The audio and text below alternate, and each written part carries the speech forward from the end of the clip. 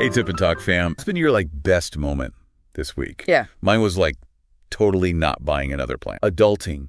That's some serious willpower. I know. For me, I finally nailed my grandma's pasta sauce recipe. What? I know. Generations of Italian grandmas are, smiling down on me right now. Okay, that is impressive. Right. I'm, officially requesting a sample for the next recording. Deal. Okay, so speaking of, complex systems. Yeah. We're tackling something that's been, swirling around in our heads. Mm-hmm. China. Yeah. Can we just admit we're all a little, China'd out? It's Yeah. Every headline, every global debate. It always comes back to China. It always goes back to China. It's unavoidable. It really is. But instead of just feeling overwhelmed, we thought, why not do what we do best? A deep dive. Exactly.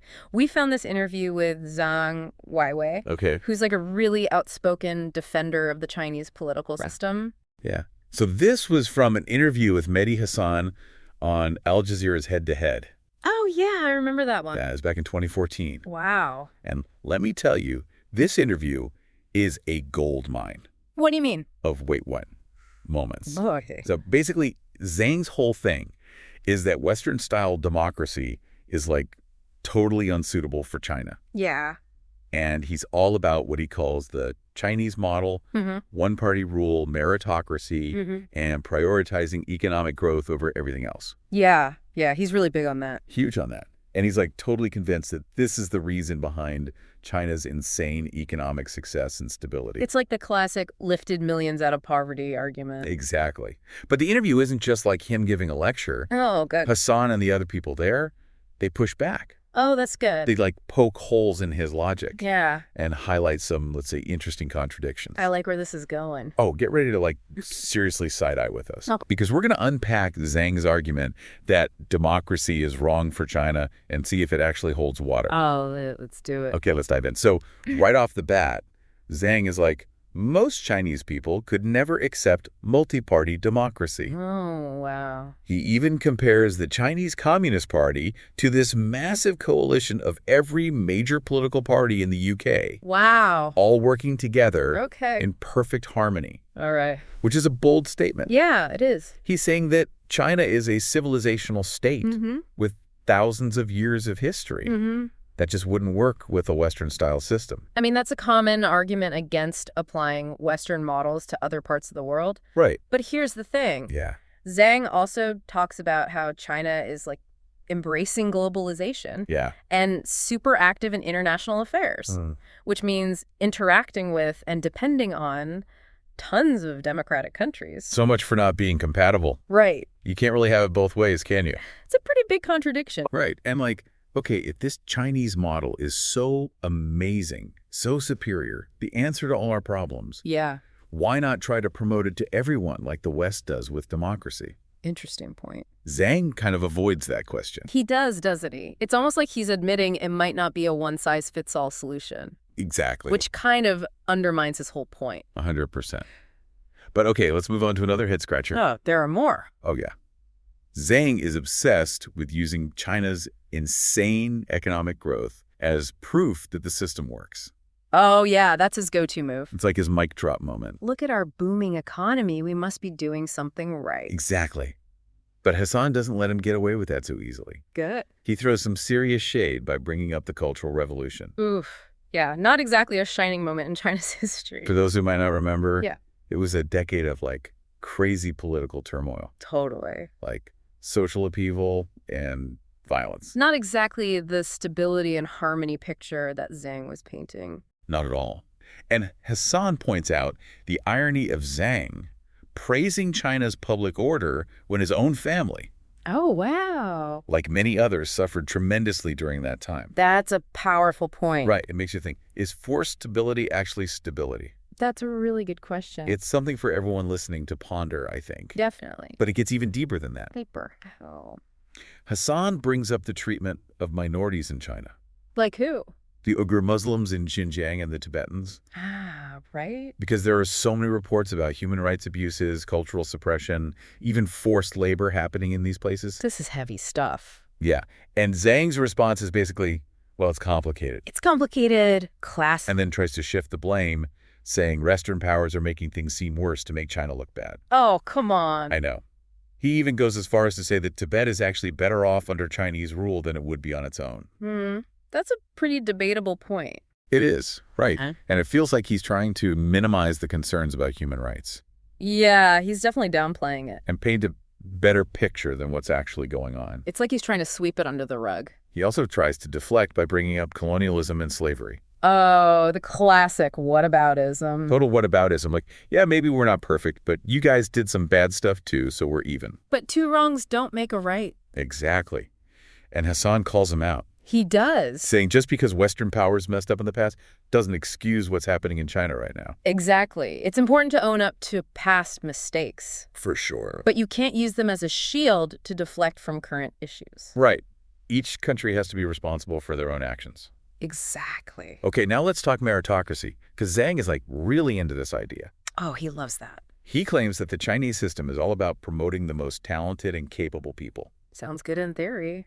It does, right? It's like, forget elections. We've got natural selections for leaders. But There's always a but. Hassan brings up this tiny little problem. What's that? Corruption. Oh, right. There have been so many big corruption scandals in the Chinese government. Officials abusing power for their own gain. Yeah, we've heard about those. So if the system is so meritocratic, Yeah. how do these shady folks manage to climb the ladder? That's a good question. What does he say to that? Zhang's response is basically, corruption is just a natural side effect of rapid economic growth. Really? It's like a growing pain, he says. That sounds more like a convenient excuse than a legitimate explanation. Right. If corruption is everywhere, then it undermines the whole idea of meritocracy. Exactly. It means people are getting ahead because of connections and bribes, not because they're the best. It raises serious questions about transparency and accountability in the system. It's like that old saying, power corrupts, and absolute power corrupts absolutely. And without a free press or independent institutions to keep things in check, it's hard to see how they can address corruption effectively. Absolutely. So remember, we're trying to answer this big question. Big question. Is democracy really wrong for China? Right. So far, Zhang's made some bold claims. He has. But he's also avoided some tough questions. And used some creative logic to defend his position. Totally. He's given us a lot to think about. He has. Are you ready to go even deeper? I am. Stay tuned for part 2, where we unpack even more of Zhang's arguments. Can't wait. Okay, so we've heard Zhang's take on democracy. Yeah. But things get really interesting when he starts talking about human rights. Oh, yeah. This is where I started getting suspicious. What do you mean? He basically says that human rights, as we know them, are, wait for it, Okay. a Western concept. Oh, come on, really? I know, right? Like, are we seriously going there? I mean, it's a common tactic to delegitimize criticism. Totally. But it's a bit of a cop-out, don't you think? 100%. So what's his alternative then? Well, he says China has its own approach to human rights. Okay. One that focuses on economic development and social stability. Above individual freedoms. Pretty much. So basically, you can have a good life, just don't complain about anything. It feels like it, right? And it's like he's totally fine with economic improvement being a universal human right. Right. But other freedoms are just Western propaganda. That's a pretty convenient way to avoid criticism, don't you think? Totally. It's like the ultimate, you just don't understand our culture excuse. But aren't human rights supposed to be universal? That's the thing. They shouldn't be dependent on where you live or what political system you have. Exactly. Everyone deserves to live with dignity and freedom, period. Okay, but then he goes on to criticize the West for being all hegemonic, trying to force its values on the rest of the world. Yeah, fair enough. We've all got our own issues. Right, but then he turns around, promotes China's rise as a global leader. Oh, yeah, like it's their destiny to take over. Exactly, which is a bit hypocritical, don't you think? Totally. You can't criticize someone for doing something and then do the exact same thing. It raises a lot of questions. Like, can you be a good global leader if you don't respect human rights? Or will they just become another hegemon, like the ones they criticize? And it doesn't seem like Zhang has a good answer. It's a lot of we'll figure it out later kind of vibes. Which isn't very reassuring. Not really. But okay, let's look at some of the smaller details. Oh yeah, there's some real gems in this interview. Like what? Like, remember when he dismissed Taiwan's democracy? Yeah. Just because it has a smaller population than Shanghai? Really? Population size is the only thing that matters? Apparently. He also tries to downplay the significance of protests. How? By saying they only involve a tiny percentage of the population. Oh, because China has so many people. Exactly. He throws around that 1.3 billion number like it's some kind of shield. Like, oh, 100,000 protesters, that's nothing. Exactly. But 100,000 people is still a lot of people. It's not just a few disgruntled folks. And it shows this assumption that if most people aren't protesting, then everything must be fine. Which is dangerous thinking. Totally. It ignores the fact that people might be scared to speak up. Or that dissent is being silenced. Or that there are deeper issues bubbling under the surface. And remember, there are also examples of corruption and inequality in China. Which contradicts this whole meritocracy thing. Exactly. He can't claim the system is fair and then ignore all the evidence that shows otherwise. Let's not forget, open criticism of the Chinese government can have serious consequences. That part was pretty scary, actually. It really shows the lack of free speech in China. You can't just speak your mind without risking your safety. Exactly. And it makes you think, is this really the kind of model China wants to export to the world? One where any disagreement is met with punishment? It's not very appealing, is it? Not really. But we have to remember, What? Zhang is just one voice, one perspective. Right. China's a massive country with diverse opinions. We can't just paint the whole picture based on one person. Exactly. Which is why we always encourage you, our listeners, to explore other sources, get different perspectives, and form your own opinions.